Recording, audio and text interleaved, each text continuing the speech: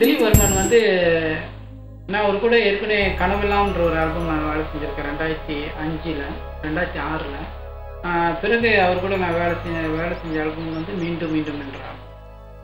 கனவெல்லாம்ன்ற ஆல்பமில் ஒரு அம்மா பாடல் ஒன்று எழுதி கொடுத்துருந்தேன். திலீப் பாடலை அதில் அசோகன் எஸ்ரோப்புகள் அசோகன் பாடினாங்க. பிறகு திலீப் வர்மன் வந்து மீண்டும் இந்த ஆல்பத்துக்கு நான் எழுதின மீண்டும் மீண்டும் ஓயாமல்ன்ற பாடலும் இதயம் தேடும் தேடல்ன்ற பாடலும் அழகாக பாடி கொடுத்துருந்தாரு. அவரால் எனக்கு இன்னைக்கு ரொம்ப பெருமை கிடச்சிருக்கு. ஏன்னா அவருடைய குரல் அழகான குரல், அதே நேரத்தில் என்னுடைய பாடல் வரிகளும் சேர்ந்து உலகளவு ரீச் ஆகிருக்கு. அது என்னுடைய பாக்கியம். திலீப் வர்மன் கூட வேலை செஞ்சது ரொம்ப பெருமையாக நினைக்கிறேன். அவர் சாதாரண கலைஞர் கிடையாது. அவர் எந்த நேரமும் இசை இசை இசைன்னு அவர் ரூம்லேயே லாக் ஆகிக்கிறாரு. அந்தளவுக்கு நானும் அவர் உட்காந்து வேலை செய்யும்போது மீண்டும் இந்த ஆல்பத்துக்கு எனக்கு பசி வந்துருச்சு. சாயந்தரம் காலையிலேருந்து சாயந்தரம் வரைக்கும் நான் நினச்சேன் சரி மத்தியானம் கூப்பிடுவாரே வெளியே போகும் சாப்பிட்டு அப்படின்னு. ஆனால் மத்தியானமும் கூப்பிடல. சாயந்தரம் 6 மணி ஆச்சு, அப்பயும் கூப்பிடல. 7 மணிக்கு நான் சரண்டர் பண்ணிட்டேன். சார் பசிக்குது சார், வெளியே போகும் சார் சாப்பிடுன்னு. அந்த அளவுக்கு கமிட்டட். பாடலுக்கு ஹீரோ கொடுக்குறவர்.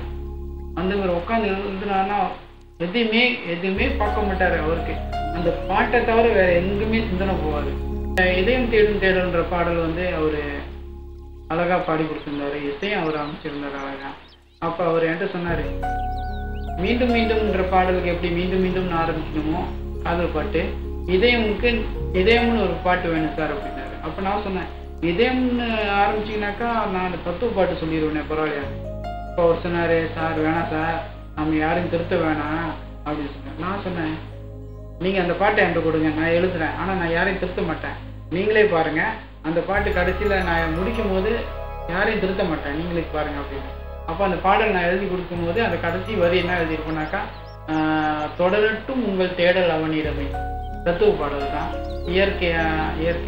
இயற்கையில் இந்த பாடல் வந்து ஒரு வன்முறை வேண்டாம், உலக அமைதிக்காக நடத்தினாங்க. அந்த வகையில் அந்த இதயம் தேடும் தேடல்ன்ற பாடல் எனக்கு நல்ல பேர் வாங்கி கொடுச்சு. அதில் நான் சொல்லியிருப்பேன், இதயம் தேடும் தேடல் எல்லாம் உண்மையானால் பொய்மை வெல்லும் தெய்வம் அமர்ந்தமாகிறது. அதாவது நம்ம தீமைகள் நிறைய செஞ்சுட்டு இருக்கணும் வச்சுக்கலாம். நிறைய தீமை நம்ம செஞ்சிருக்கோம். ஒரு நாள் நம்ம கண்டிப்பாக வருத்தப்படுவோம். ஏதாச்சும் ஒரு ரூபத்தில் நம்ம வருத்தப்படுவோம். அதே நேரத்தில் இப்போ அந்த பாடலில் என்ன ஒரு தீவிரவாதத்தை கொண்டாந்து வச்சிருக்காங்க. பாட்டில் ஒரு 10 இடத்துல குண்டு வைக்கிறாங்கன்னு வச்சுக்கலாம். 5 குண்டு தான் வெடிக்குது, 5 குண்டு வெடிக்கல. அதுக்கு என்ன காரணம்? 5 குண்டு வெடிக்காதது காரணம் ஆண்டவன். ஆனால் பெரும்பாலும் என்ன ஆகுதுனாக்கா, அந்த 5 குண்டு வெடிச்சிச்சு, அதுதான் ஹெட்லைனாக வருது. அதை பற்றி தான் நம்ம எல்லாரும் பெரிய அளவு பேசுகிறோம். ஆண்டவரும் நம்ம கூட இருக்காரு. தீமைகள் யார் செஞ்சாலும் சரி, தீமைகள் யார் செஞ்சாலும் சரி, அவன் பக்கத்தில் நின்று ஆண்டவன் பார்த்துக்கிட்டு இருக்கான்னு அர்த்தம். அதுதான் அந்த பாடலாம் நான் ஆணித்தரமாக நான் சொன்னேன். அதில் வரும்போது தூய்மையை மனம் கொண்ட மானிடா, வளர்ந்த பின்னை பாரடா நீ விதைத்த பாதகம். வர்றப்ப நம்மெல்லாம் தூய்மையாக தாங்க பிறக்கிறோம், குழந்தைகளா பிறக்கிறோம், மனசுலாம் சுத்தங்க. ஆனால் வளர்ந்த பின்னே பாரடா நீ விதைத்த பாதகம். வளர்ந்து பிறகு பாருங்க, அவன் வளர்ந்து வர பாதை தெரியல. அவனுக்கு கெட்டதை கற்றுக் கொடுத்துட்றாங்கன்னு வச்சுங்களேன். அவனுடைய நாட்டு சூழல் அப்படின்னு வச்சுங்களேன். அவன் கெட்டவனா மாறுறான், பின்னால தீவிரவாதி ஆகும். அதுதான் நாங்கள் சொன்னேன். அப்புறம் அன்னை மடியின் மீது ஊஞ்சல் ஆடிடும் மழலை எல்லாம் தினங்கிடும் தேனாய் ஒரு மொழி, அது தெய்வத்தின் பொதுமொழி. எல்லா குழந்தைக்கும் ஒரு மொழி தானே, அழுவும் போது சிரிக்கும் போது. அதுதான் சொன்னேன். அப்போ இதில் என்ன வேற்றுமை நம்ம அப்படின்னு அந்த இடத்துல சொல்லியிருந்தேன். அப்புறம் வரும்போது தீமையை மனம் கொண்ட மானிடா, வளர்ந்த பின்னே பாரடா நீ விதைத்த பாதகம். அன்னை மடியின் மீது ஊஞ்சல் ஆடிடும் மழலை எல்லாம் தினங்கிடும் தேனாய் ஒரு மொழியே, அது தெய்வத்தின் பொதுமொழி. புனிதமே இந்த மழலையின் நெஞ்சில் அரளி விதையை விதைத்தது யார்? அதற்கு ஒரு நியாய வேதம் வரைந்தது யார்? புனிதமாக தானே பிறந்தோம். இந்த பிள்ளைக்கு அரளி விதை, அதாவது இந்த கெட்ட பழக்கங்கள்லாம் கற்றுக் கொடுத்தது யாரு? தெய்வம் தானே. துப்பாக்கி பிடிக்க சொல்லிட்டு அதற்கு ஒரு நியாய வேதம் வரைந்தவர் யார்? அந்த துப்பாக்கி பிடிக்கிறதுக்கு கூட இதுக்கு ஒரு நியாயம் இருக்கு, இதை நீ செய்யணும், அவன் நம்மளை அடிச்சுக்கான், அதனால நீ அவனை சுடணும் அப்படின்னு சொல்லி நம்ம கற்றுக் கொடுக்கணும். அதுதான் அந்த பாடலில் வித்தியாசமா முறையா நான் எழுதி கொடுத்துருக்கேன்ற நம்பிக்கை எனக்கு. வரும்போது தூய்மையே மனம் கொண்ட மானிடா, வளர்ந்த பின்னே பாரடா நீ விதைத்த பாதகம்.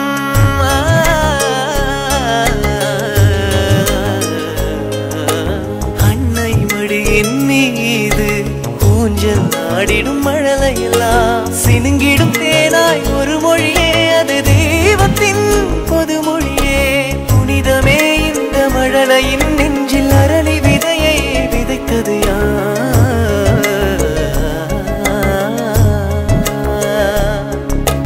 புனிதமே இந்த மழலையின் நெஞ்சில் அரளி விதையை விதைத்தது யார்? அதற்கொரு நியாய வேதம் வரைந்தவர் யார்? இதயம் தேடும் தேடல் எல்லாம் உண்மையானால் பொய்மை வெல்லும் தெய்வம் மௌனம் ஆகிவிடும்.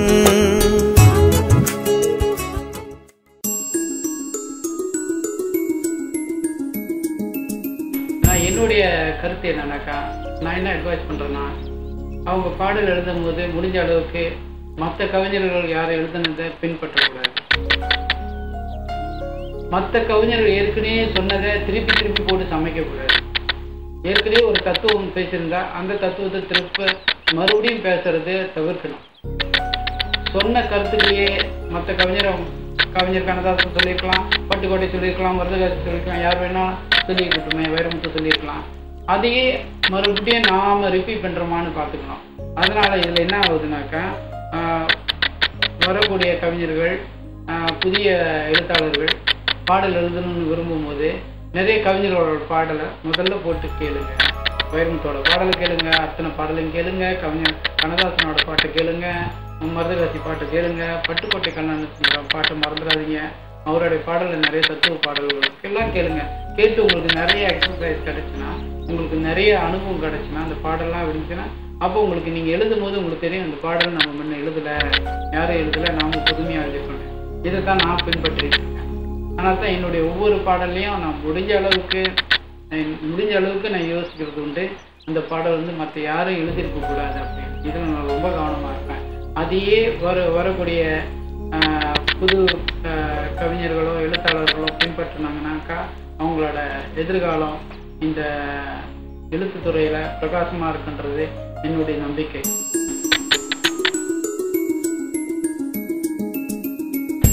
அடுத்து இலங்கை தமிழர்களுக்கு அதே நேரத்தில் உலகளவு தமிழர்களுக்கு நான் என்ன ஏதாச்சும் எழுதி கொடுத்தேன்னா, என்ன சொல்ல வரேன், என்னுடைய மெசேஜ், என்னுடைய பார்வை எப்படி இருக்கு அப்படின்றத வரும்போது, நான் தமிழனா பிறந்துட்டேன், தமிழ் உணர்வு எனக்கு இருக்கு, தமிழ் மொழி பற்று நிறைய இருக்கு.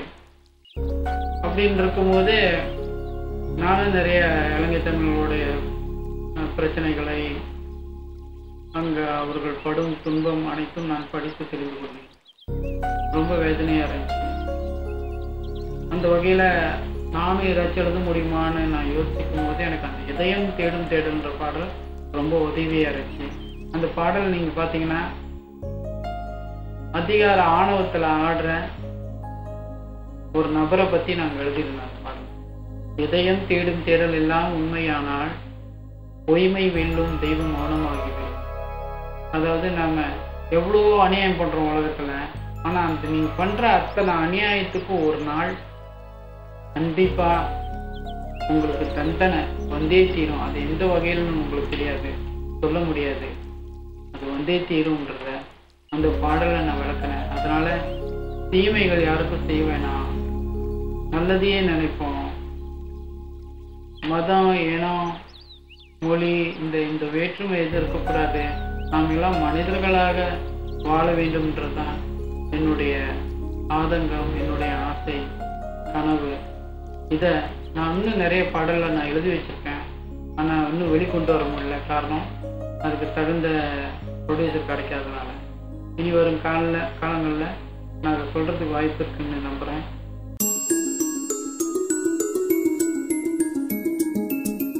ஒன் விஷன் என்டர்டெயின்மெண்ட்டாக எனக்கு இன்ட்ரடியூஸ் பண்ணாங்க. ஏன்னா ஒன் விஷன் என்டர்டெயின்மெண்ட் கூட நான் மீண்டும் ஆல்பம் செஞ்சதுனால அவங்க எனக்கு ஒரு ஃபேஸ்புக் மூலிமா எனக்கு ட்ரான்ஸ்ஃபர் பண்ணியிருந்தாங்க உங்களுடைய நியூஸை. அங்கே தான் எனக்கு கிடச்சி www.isaiarangam.com அந்த வெப் பேஜ் எனக்கு கிடச்சி. ஸோ நாங்கள் கிளிக் பண்ணி போயிட்டு நான் ரிஜிஸ்டர் பண்ணிக்கிட்டு பிறகு தான் நான் என்னுடைய பாடல், சொந்த பாடல் மண்ணை நம்பின்ற பாடலை நான் அனுப்பினேன். அந்த அளவுக்கு நான் ஒன் விஷன் என்டர்டெயின்மெண்ட் தான் நன்றி சொன்னேன். அவங்க தான் என்னை இன்ட்ரோடியூஸ் பண்ணி விட்டாங்க www.isaiarangam.com. இன்னைக்கு என்னுடைய பாடல் இசையரங்கம்ல மண்ணை நம்பி பாட்டு ஓடிக்கிட்டு இதயம் தேடும் தேடல் பாட்டு இருக்கு, மீண்டும் மீண்டும் ஓயாமல் பாட்டு இருக்கு.